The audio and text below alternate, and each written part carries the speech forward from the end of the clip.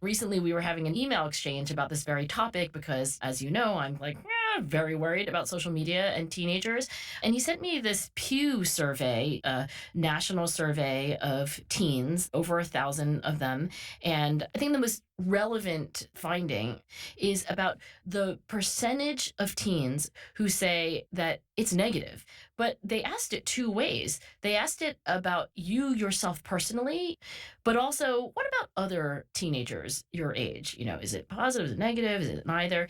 And here you get very different answers. When reflecting on themselves personally, these teenagers who are ages 13 to 17, they overwhelmingly say it's more positive than negative. So 32% of teens are like, oh, for me personally, it's positive, and only 9% say it's negative, and then everybody else, 59%, are like undecided or it's in the middle.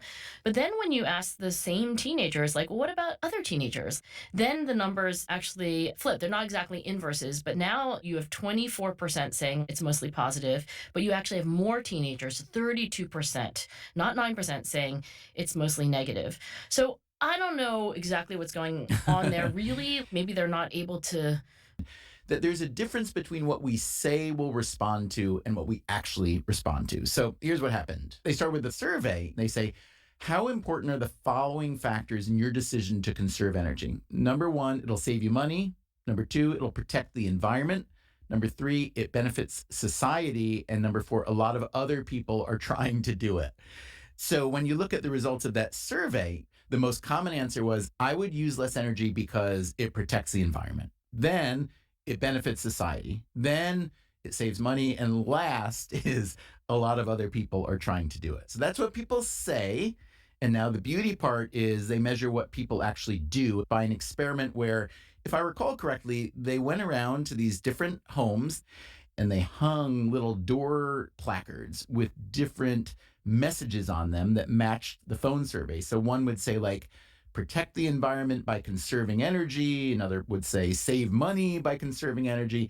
And the other would say join your neighbors in conserving energy. And as it turns out, the one that people said they would not respond to at all, which is that a lot of other people are doing it, was the number one motivator. In other words, if you got a sign on your door that said, hey, everybody in your neighborhood is trying to use less energy, that was the thing that made people use the least. So when I think of that story, I think, wow, this is an amazingly smart way to think about the application of social norming and the way to think about how all these emotions are on a spectrum. And if we can get away from being binary, thinking that envy is bad or social comparison is bad, then I think there's real progress to be made.